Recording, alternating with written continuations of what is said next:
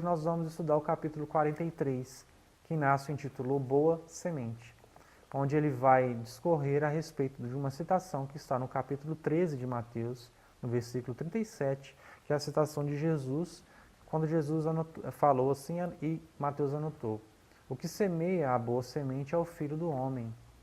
Essa passagem está lá no capítulo 13 de Mateus, onde Jesus vai falar a respeito da parábola do joio e do trigo. Ele havia já, nessa mesma passagem, nesse mesmo capítulo, citado outras parábolas envolvendo a semente, né? O semeador e a semente. Especificamente falando a respeito da parábola do joio e do trigo, ele vai dizer, né, todo mundo conhece essa parábola, um semeador saiu para semear a semente, não é? E um homem semeou a semente boa no campo, né? A boa semente no campo, e depois veio o maligno, né? Veio aquele que semeou o joio, e que o joio cresceu. Então todo mundo conhece essa passagem. A gente não vai se ater à passagem em si do joio e do trigo, porque não é o foco do Inácio nessa mensagem. Ele vai falar especificamente dessa boa semente, né? Quando Jesus, mais tarde, nesse mesmo capítulo, os discípulos não entendem a parábola e eles pedem para que Jesus decifre a parábola para eles, porque eles não haviam entendido, assim como a população, o povo não havia entendido, Jesus começa a explicar do versículo 37 em diante. Então, quando ele falou lá atrás, né, o semeador saiu para semear a boa semente. Aí ele vai explicar, aquele que saiu para semear a boa semente é o Filho do Homem. Então, ele estava falando dele mesmo, né? Lembrando que quando Jesus vai passar ensinamentos para a humanidade, ele vai fazer através de parábolas. E aí Inácio vai trabalhar exatamente essa questão da simbologia da semente nessa mensagem, nesse versículo. Então, sempre quando Jesus fala do Filho do Homem, ele está falando dele mesmo. Ele está resgatando no primeiro momento a ideia, a imagem messiânica, provando para a humanidade, demonstrando através das suas palavras que ele era o Cristo, o Messias enviado para resgatar a humanidade das suas faltas, não é? Da sua inconsequência espiritual. Então era muito comum usar essa expressão na época de Jesus, o Filho do Homem. Então ele vai mais especificamente atribuir esse sentido à questão de ser o Messias, o Cristo enviado por Deus, mas era uma expressão muito popular entre os judeus em Jerusalém. Então era quando alguém referia a si mesmo, falando em primeira pessoa ou em terceira pessoa. Então dizia assim, o Filho do Homem está com fome. Quer dizer, eu estou com fome. Então falava assim, se alguém de vocês estava com fome, falava assim, o Filho do Homem está com fome. Então isso falava em primeira pessoa ou falava em terceira pessoa referente a alguém. Jesus, nesse momento, ele vai falar em primeira pessoa, colocando-se nessa posição do Cristo. E como Cristo, a gente vai entender a distância abismal que separa Jesus da humanidade em termos evolutivos, intelectualmente falando, em questão do sentimento.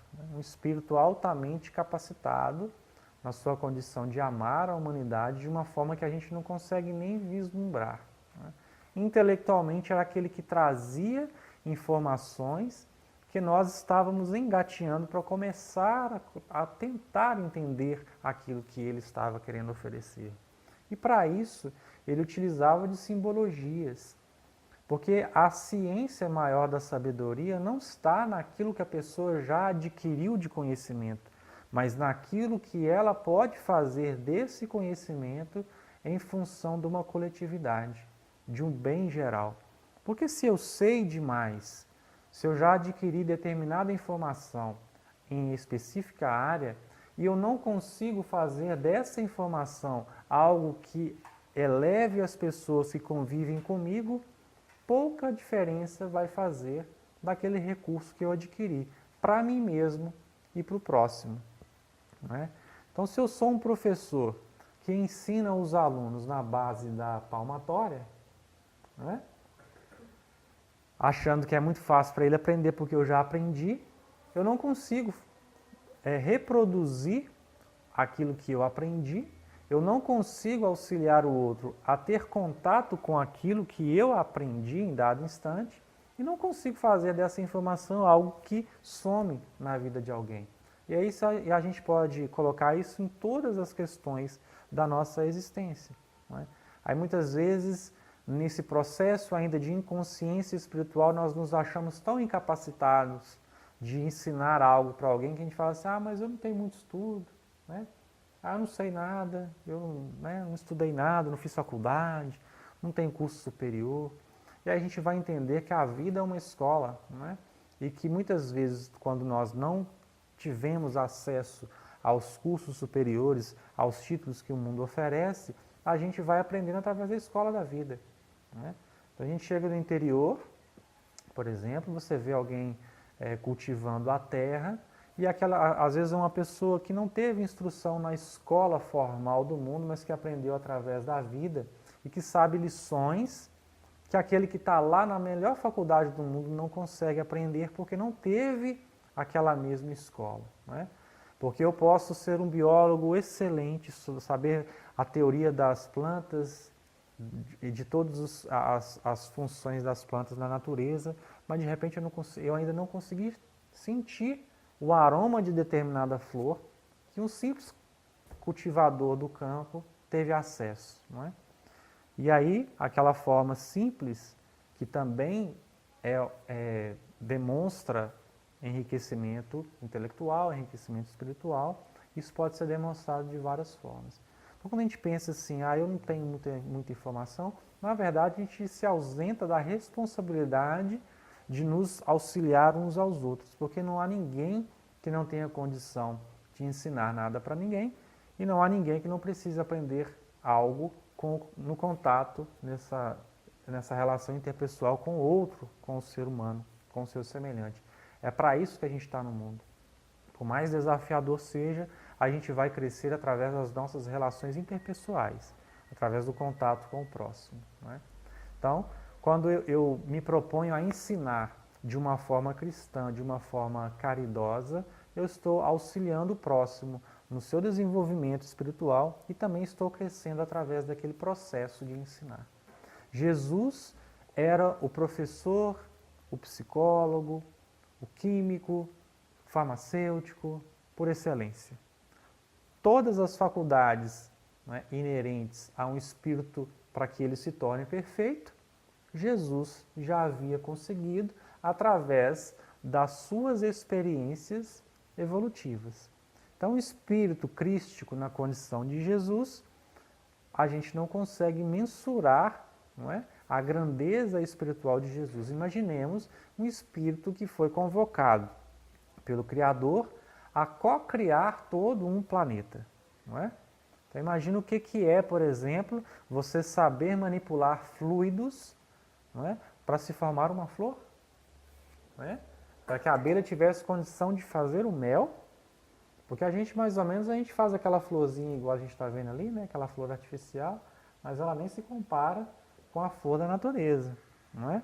Imaginemos a grandeza de um espírito. Então, enquanto a gente está engatinhando para fazer contas, descobrir os processos e as fórmulas químicas, Jesus já manipulava tudo isso há bilhões de anos atrás. Então, imaginemos o que é para esse espírito estar em contato com espíritos ignorantes como nós e conseguir passar algum tipo de informação para essas pessoas, para esses espíritos, sem ferir, sem ser desagradável e somando a vida dessas pessoas. Então, qual foi a fórmula mais eficaz que Jesus utilizou para ensinar a humanidade? Vocês estão muito calados, gente. Vocês estão com medo de mim? Daqui a pouco vocês vão falar que tem espírito aqui atrás de mim, né? Se falar, eu vou sair correndo, porque eu tenho medo de espírito. Nada não, isso. Tem um punhado aí, viu? Será? Ixi, Maria. Vocês não têm medo de espírito, tem? Vocês são espíritas? Aí não pode olhar para trás, porque espírito só fica atrás, já viram? A gente fica com desconfiança de olhar para trás, né? Na frente eles nunca aparecem, só atrás. Então a gente pensa assim, qual foi o método utilizado por Jesus? As parábolas. Aí a gente pensa, mas por que Jesus já não chegou, já não falou tudo de uma vez, né? Por que ele ensinava por parábolas? Né? Até hoje, quase ninguém não está entendendo, nem naquela época, hein? Pois é. Eu acho difícil também. Não é? Pra quê, né? Aí a gente vai pensar que tudo tem um fundamento, né? A gente não deve mais só pensar assim, porque o momento é de consciência espírita, o momento é de conscientização. A gente precisa entender que a gente precisa fazer o bem, não só porque Jesus falou para a gente fazer, não só porque os espíritos, Emmanuel, André Luiz falam nos livros para que a gente faça o bem, por isso também, mas porque a gente tenha já esse princípio da busca da autoconscientização para entender que isso é o melhor para a gente. Né? Então a gente pensar assim, bom, se Jesus usou a parábola, é porque era o melhor, né? Mas eu preciso entender por que era o melhor. Aí vamos pensar assim, olha, um mecânico, não é? Um mecânico, um engenheiro e uma criança. Imaginemos os três conversando. Se o mecânico utilizar só a linguagem da mecânica, quem é que vai entender? Só ele, né? Se o engenheiro utilizar só a linguagem da engenharia, quem é que vai entender? Só o engenheiro. E se eles utilizarem a linguagem da criança, quem é que vai entender? Os três. Os três. Nossa, mas Jesus é inteligente, hein? Não é? Então pensa bem, se ele chega e fala com a linguagem que ele já havia alcançado por ser um espírito crístico, quem é que entender? Só ele. Não é verdade? Então quando a gente pensa assim, olha, isso é demonstração de humildade, exemplo de humildade para aquele que vai seguir o caminho do seu mestre. Porque o mestre ensina até certo ponto e faz com que o seu discípulo continue o seu caminho, não é? Através das suas próprias experiências no seu processo de crescimento íntimo. Então, quando Jesus ensina, ele não está só ensinando, ele está demonstrando a lição de humildade que nós precisávamos alcançar a fim de auxiliarmos uns aos outros. Então, aqueles discípulos mais próximos de Jesus, aqueles espíritos mais destemidos que estiveram em contato com ele, ou tiveram contato com a Boa Nova, entenderam isso muito rápido. Não é? Porque pensa bem, Jesus deixou a mensagem, essa parábola do joio e do trigo, mas os próprios discípulos que estavam com ele não entenderam a parábola. Não é? Tanto que foram perguntar para ele aqui, mestre. Aqui, não entendi. Explica para a gente essa parábola. E essa não foi a única que eles pediram esclarecimento. Mas eles entenderam, acima de tudo, a necessidade de repassar essas informações de uma forma que auxiliassem a humanidade no seu processo evolutivo. Porque imaginemos se todos eles ficassem consigo, com as informações guardadas para si, e pensassem assim, eu sou imperfeito demais. Né? Eu não dou conta não. Eu ainda sou muito imperfeito para fazer determinada tarefa. Né? Eu vou estudar mais um pouquinho, né? Eu vou melhorar mais um pouquinho, depois eu começo a trabalhar no bem. Né? Olha que lição. Eles não entenderam, mas eles buscaram informação, né? Mas eles se colocaram à disposição do trabalho ainda assim. Porque eles entenderam que aquele processo pelo qual eles estavam passando, de aprenderem de Jesus, deveria ser repassado de alguma forma para aqueles que ainda não tivessem tido contato com as informações que eles tiveram. Então, quando a gente vem à frente de uma casa espírita falar, não é porque a gente é melhor do que ninguém, não, porque a gente já conseguiu elevar-se a um ponto de poder falar, não. É porque, na verdade, a gente é um pouco mais cara de pau, né, dona Alice? A gente coloca um óleo de peroba na cara, se enche de coragem de falar, bom, já que alguém tem que falar, não é? Na noite de hoje você e eu, semana que vem vai ser outra pessoa, né? Não é assim que acontece? Imaginemos se todo mundo pensasse assim, não, vou lá abrir a casa espírita, não, eu sou imperfeito demais, né? Vamos montar a casa espírita, vamos fazer a consulta, não, vai ter que fazer reunião mediúnica, né? eu ainda não tenho condição de trabalhar em reunião mediúnica, não sou um médium muito relapso ainda. Isso é mais ou menos aquela questão da fuga inconsciente da realidade, que é mais fácil pensar assim do que se esforçar no processo, né, de autodisciplina para se enquadrar dentro do trabalho. O trabalho no bem, ele não te exige perfeição para que você trabalhe. Ele vai te recomendar a função no bem para que você alcance a perfeição. Então é diferente. Então Inácio, quando escreve o livro Serve, ele vai alertar isso. O livro serve, ele está estimulando o trabalho no bem. Então ele está dizendo assim, olha, se você está esperando, não é, ficar perfeito para depois trabalhar, você está fazendo movimento contrário à lei do progresso. Porque o movimento é o contrário. Você, ao trabalhar, você vai alcançar a perfeição e não ficar perfeito para trabalhar. Não é? Então os discípulos de Jesus entenderam isso muito rápido e se colocaram à disposição do trabalho no bem. Não é?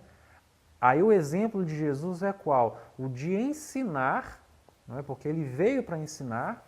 Então quando ele chega, alguém chega para ele e fala assim, oh, bom mestre, não é? Ele fala assim, por que você está me chamando de bom?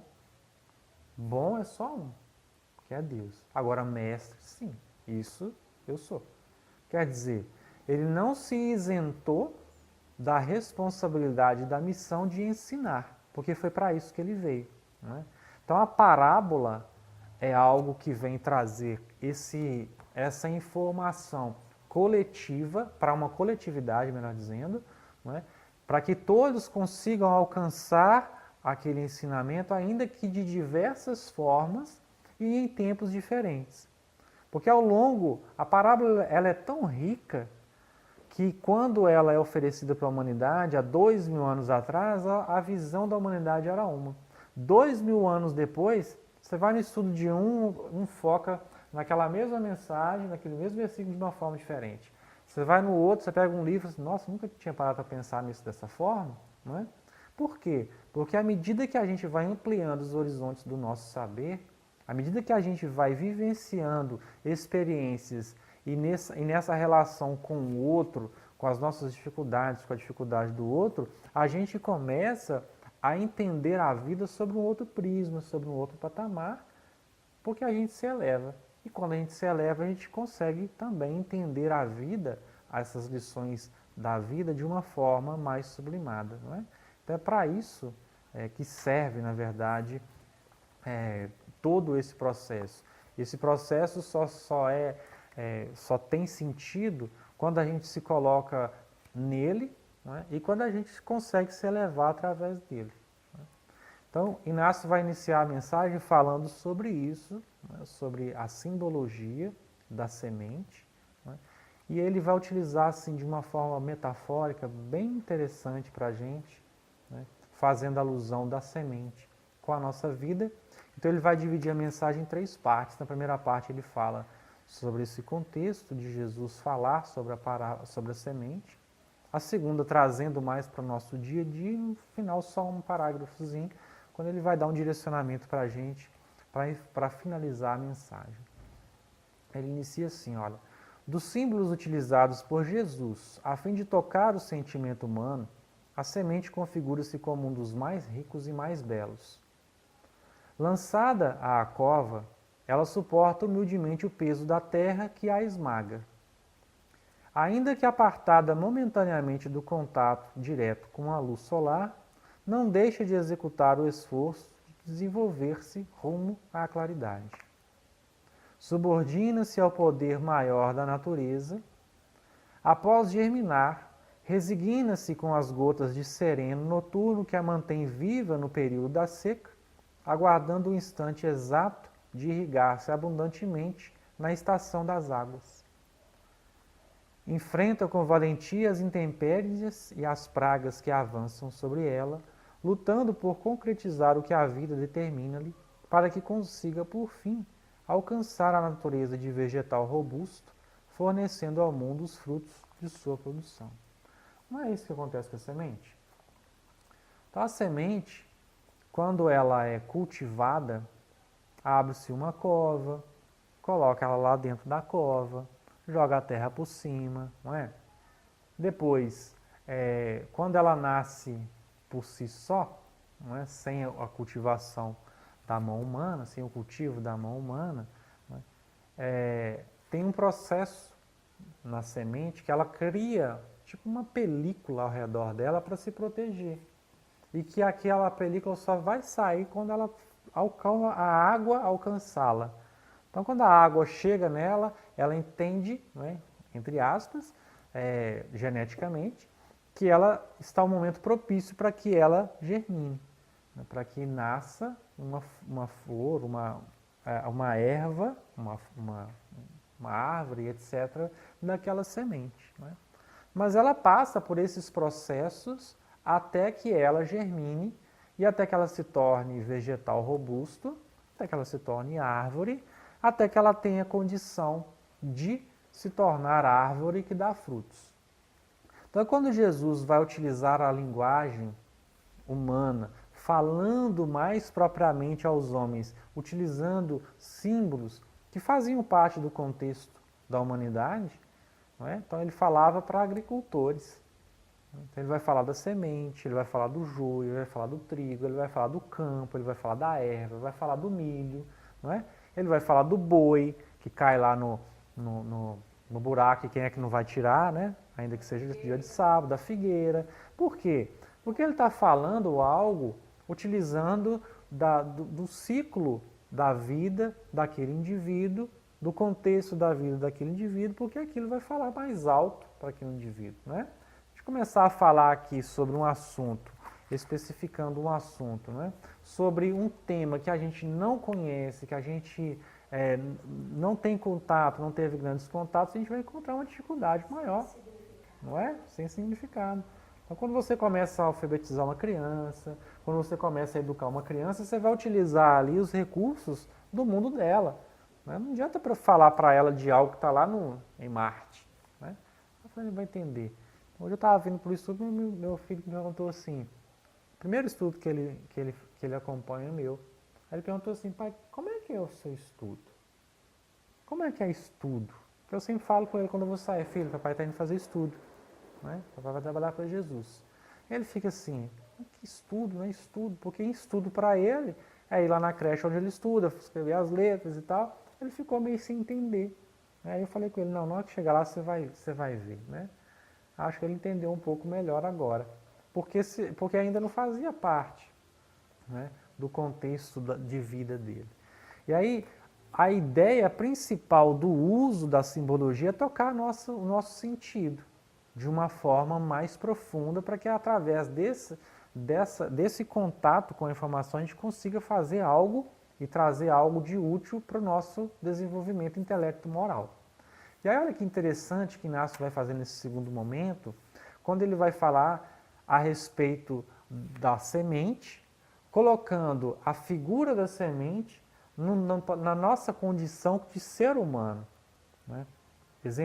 Colocando, na verdade, fazendo um paralelo entre a semente e a vida do homem. No primeiro momento ele falou sobre a semente. Né? Aí ele vai dizer assim, ó, quisera o homem espelhar-se sempre no exemplo da semente. Conduzido pela vida à sementeira das reencarnações sucessivas, quando diante do desafio de sobrepor as batalhas por sua evolução, não praguejaria sua existência, afirmando-a penosa e insuportável. Ausentar-se-ia por breve intervalo de tempo de sua morada espiritual, por encontrar-se encarnado no plano material, contudo, realizaria com destemor o trabalho que a vida confiou-lhe às mãos. Resignar-se-ia ante a vontade do Criador, objetivando em primeiro lugar cumprir os desígnios divinos. Quando perante momentos de turbulências e provações, confrontar-se-ia com suas adversidades, sem perder a esperança de alcançar dias mais ditosos. Não se deteria ante as investidas das trevas com as quais se deparasse, de vez que, objetivando alçar-se espiritualmente, dedicar-se-ia à vivência dos postulados do amor, retornando renovado à pátria dos espíritos, por haver ofertado à humanidade o benefício de sua autoiluminação. Então, olha só o que ele está dizendo para a gente. Ele está fazendo uma alusão do que a semente realiza da incumbência que recebe do Criador, e nós, como espíritos que já alcançamos a condição intelectiva de pensar, de discernir, de raciocinar, da nossa postura diante da vida. Porque quando ele fala aqui, olha, a semente é lançada à cova, não é? A gente é lançado no plano material, na terra das provações e das expiações, né? A semente é apartada do contato direto com a luz solar. Nós estamos no momento distantes da morada espiritual, que é de onde a gente descende, que é de onde a gente é originário. Porque é como alguém que sente uma saudade que não sabe de onde, mas que sente. E sente falta de alguma coisa, mas não sabe o que é. Não é? Porque entende, por mais que tenha medo de morrer, né, gente? Porque tem gente que tem um medo de morrer, né? Né, dona Alice? A medo de morrer por quê? Se a única coisa que a gente Não é? certa que a gente tem na vida é a morte. Não é? Então, assim, por mais que ainda tenha medo de morrer, no fundinho sabe que não é daqui. Sabe que a descendência é espiritual. A gente está aqui de passagem. Ainda que apartada, subordina-se ao poder maior da natureza. Então, quer dizer, está falando assim, a gente tem a dificuldade de se resignar ante a vontade de Deus. Não é? Porque quando a semente está ali, ela precisa entender que a função dela na natureza é específica. A gente tem essa dificuldade, não é? A vida está falando para você ficar aqui, você quer ir para lá, não é? A vida te fez magro, você quer ser gordo. A vida te fez gordo, você quer ser magro. Se você é baixo, você quer ser alto. Se você é alto, você quer ser baixo, não é? Se você tem o cabelo liso, você quer ter ele anelado. Se você tem um anelado, você quer ter ele liso. E etc. A gente não está satisfeito. Não é? A gente tem a dificuldade de se resignar ante a vontade de Deus, ante o desígnio maior de Deus. Não é? Após germinar, resigna-se com as gotas de sereno noturno. Vocês já perceberam que a planta, quando ela desenvolve, ela sobrevive num período de seca, sem chuva, por causa das gotas de sereno. Né? Mas quando a chuva vem, ela deita e rola. Né? Ela se abunda naquela água. Né? E a gente, no período de seca, de dificuldade, de provação, de expiação, como é que é? Está tudo tranquilo, a gente fica nervoso, fica meio revoltado, não é? Praguejando a existência. No final ele fala, enfrenta com valentia as intempéries e as pragas, a fim de florescer, de crescer. Né? Nós temos dificuldades ainda de enfrentar os obstáculos e os desafios. Então ele fala lá no final que ela alcança a natureza de vegetal robusto, porque é para isso que ela veio ao mundo, não é? Para promover para o mundo os frutos da sua produção. E a gente veio para cá para quê? A gente não está aqui de turismo, a turismo, né? A gente está aqui para tarefa específica. Cada um de nós foi semeado em determinado canteiro a fim de frutificar, a fim de dar frutos em profusão. O problema é que o canteiro onde nós fomos semeados necessita demais do auxílio da nossa produção. E a gente muitas vezes não quer produzir, a gente quer receber os frutos da produção alheia. Não é? Então a gente está em determinada família e pensa assim, bom, que família difícil, né? Só eu que sou espírita lá, ninguém é espírita. Né? Eu não tenho, ninguém me entende. Né? Ninguém vive nada do Evangelho. Mas é por isso que você foi estar ali. Por isso que você foi semeado ali. Para que de alguma forma você levasse o Evangelho a essas pessoas. Aí você fala assim, meu Deus, que vizinhança complicada a minha. Meu vizinho da direita é difícil, da esquerda nem se fala. Né? Quando tem na frente e atrás, pior ainda. Né? Aí você se pergunta, mas para que eu estou aqui? Eu tinha que estar num lugar, pois eu já sou espírita, já estou tentando fazer o bem. O que eu estou fazendo aqui? Eu devia estar num lugar melhor. Eu devia estar num lugar onde as pessoas são harmonizadas umas com as outras e etc. Mas não. A função do cristão é florescer onde foi semeado, ainda que esse canteiro não apresente circunstâncias propícias àquelas que nós acreditamos que são as mais recomendadas para nós, como espíritos encarnados. Então, o desafio maior qual é? É florescer onde a gente foi semeado. A gente vai lembrar aqui que, através dessa simbologia da natureza com o homem, quando Emmanuel deu uma lição ao Chico, quando o Chico está lá reclamando da vida, me trataram muito mal, eu sou um verme mesmo, né? Eu sou um verme. E aí Emmanuel falou com você, peraí, por que você está falando que você é verme? Você realiza no mundo a função que o verme realiza? Porque o verme, ele veio para realizar determinada tarefa e ele realiza. Não é? A formiga, ela veio realizar determinado trabalho e toda formiga realiza. A abelha veio fazer determinado trabalho de polinização, né? Auxiliar no processo de polinização das flores, das plantas, etc. E ela faz esse trabalho. E você? Você faz isso, Chico? Aí o Chico falou assim, entendi o recado. Né?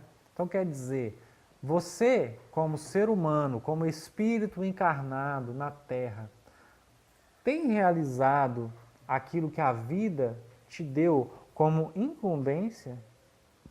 Você tem seguido esse exemplo da semente? Né? Entendendo que você é um discípulo de Jesus?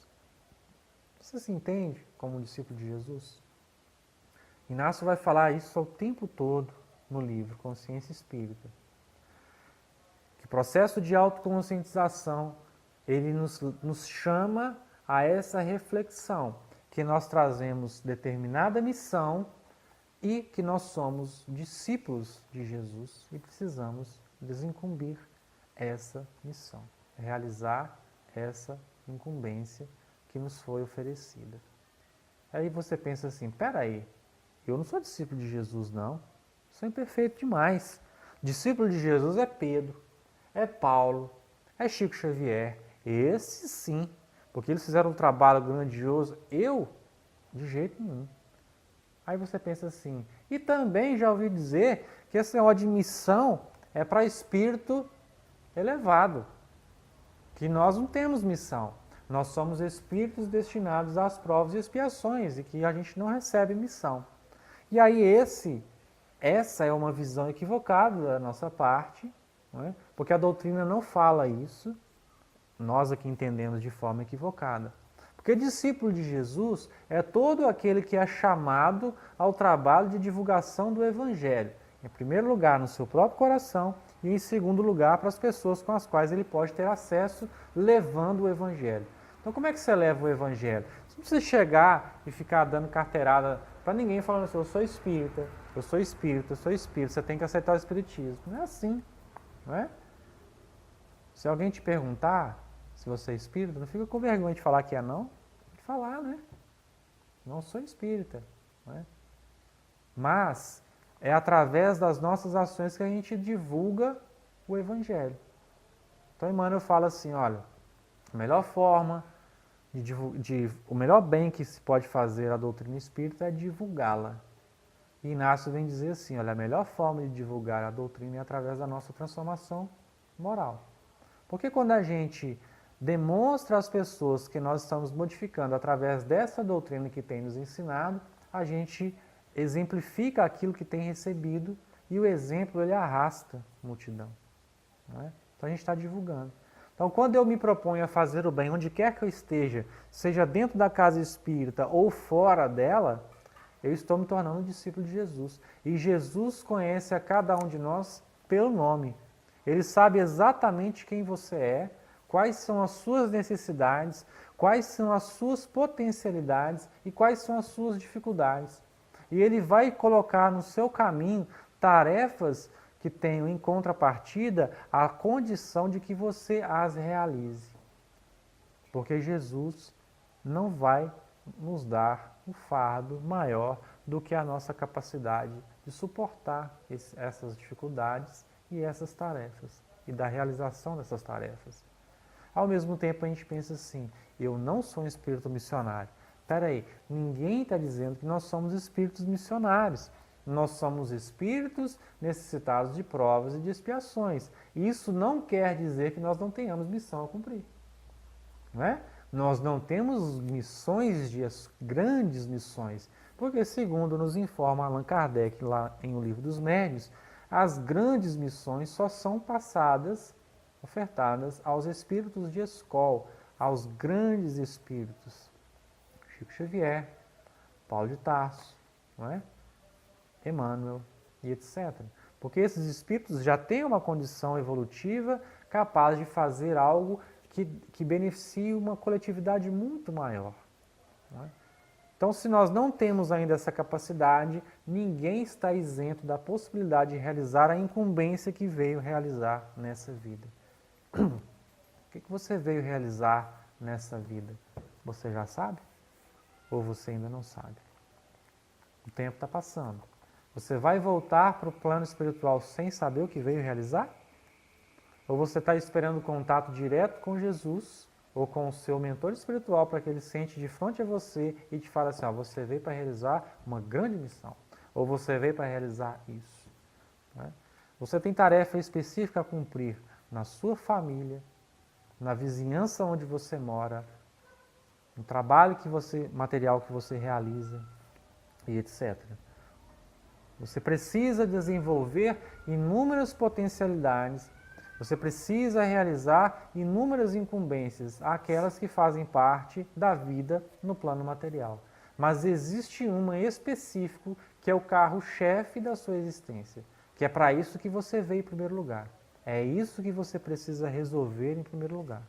Você já sabe o que é? Ou ainda não? Então, quantos anos você tem? 10? 20? 30? 40? 50? 70? 80? Tá bom? Tá bom, né? 80? Chega. Então já passou um tempinho, não é? Já passou um tempinho. E você ainda não sabe. Precisa refletir. Precisa se autodescobrir. Eu não posso mais viver o dia de ontem com a mesma cadência, o dia de hoje, melhor dizendo, com a mesma cadência do dia de ontem. Eu sou espírita. Eu recebi ensinamentos que precisam ser colocados em práticas. Eu recebi instruções que precisam somar na minha vida e na vida daqueles que convivem comigo. Passar por momentos difíceis, passar por momentos de turbulências, fases que são desafios maiores, faz parte da vida daquele que está encarnado e que está nesse momento de transição planetária enfrentando o seu maior desafio. Cada um de nós, neste exato momento, está enfrentando aquilo que é mais desafiador para a sua existência como espírito. Então faça uma reflexão, cada um que está nos ouvindo agora, e examine o momento atual da sua existência. Você vai perceber que você não está com a vida fácil. Tem alguém aqui com a vida fácil? Tem alguém aqui passando por problema, gente? Tirando eu, não, né? Só eu mesmo, né? Vocês estão com a cara de espírito iluminado, espírito evoluído. Não tem ninguém com problema aqui, não é verdade? Então, quer dizer, o desafio desse momento é o que te separa do mundo de regeneração. É um desafio grande, mas, como diz Emmanuel, quando você supera esse desafio, a dor de tê-lo enfrentado é tão menor em relação à conquista alcançada pelo seu esforço, que é o que nos motiva a seguir adiante. E aí Inácio ele vai finalizar a mensagem dizendo assim, olha, acende-te em espírito e em verdade, executando as incumbências que te competem no solo abençoado que te agasalha afetuosamente, conscientizando de que fosse semeado pelas ternas mãos de Jesus, para que enriqueças o campo em que te situas, tornando-te verdadeiramente boa semente, que frutifica e que ilumina o mundo ao teu redor, realizando de modo eficaz o ideal de luz que recebeste como incumbência. Então a nossa incumbência é iluminar a nossa intimidade, iluminando o mundo ao nosso redor. Se a luz que você acender na sua intimidade for uma luz grande, você vai conseguir iluminar ao seu redor um campo muito maior, não é? O nível de iluminação que você vai conseguir alcançar ele é muito maior. Então a iluminação que você faz no mundo depende da iluminação que você promove na sua intimidade. Não dá mais para ficar falando que o mundo está ruim porque os outros não são legais. Não dá mais para ficar reclamando do mundo assistindo determinados programas de televisão, ouvindo determinado tipo de música, fazendo determinados tipos de comentários, cultivando determinados tipos de pensamentos. Não é? Porque isso é transferir para Jesus e para a espiritualidade o trabalho que compete a cada um de nós. Consciência espírita é realmente desafiador. Não é fácil ser cristão, não é fácil ser espírita e não é fácil ser espírita cristão no limiar de uma nova era. Porque essa nova era depende de cada um de nós. E como Inácio diz na obra, somente aqueles que estiverem imbuídos do trabalho no bem, auto-iluminando-se, terão o merecimento de continuar trilhando as suas experiências na Terra.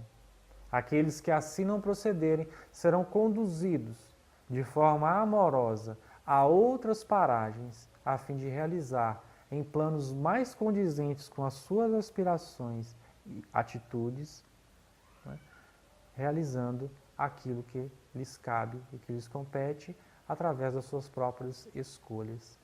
Então cabe a nós escolher se a gente quer seguir um plano de regeneração ou continuar em um plano de provas e de expiações. Porque o melhor que pode acontecer para a gente é estar retornando à Terra, já que nós não temos condição ainda de sermos considerados espíritos regenerados. Não é?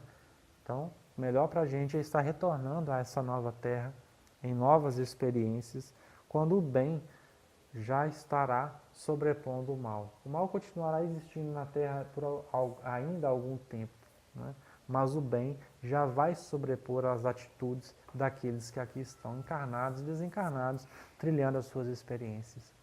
Então, lembrando, né, só para finalizar, que o versículo diz que o Filho do Homem semeia a boa semente, né?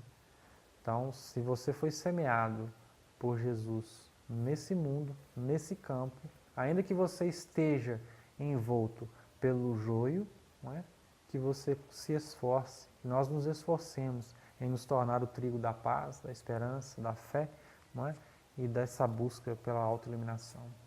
A gente vai agradecer mais uma vez a Jesus, a espiritualidade, pelo apoio e pela casa e a atenção de cada um de vocês, né? Que a gente possa refletir um pouco mais sobre o que a gente fala, né? E que a gente possa, nesse exercício diário de busca pelo bem, ser melhor a cada dia, fazendo no dia seguinte aquilo que a gente não conseguiu fazer no dia anterior. Muita paz para vocês e viva Jesus!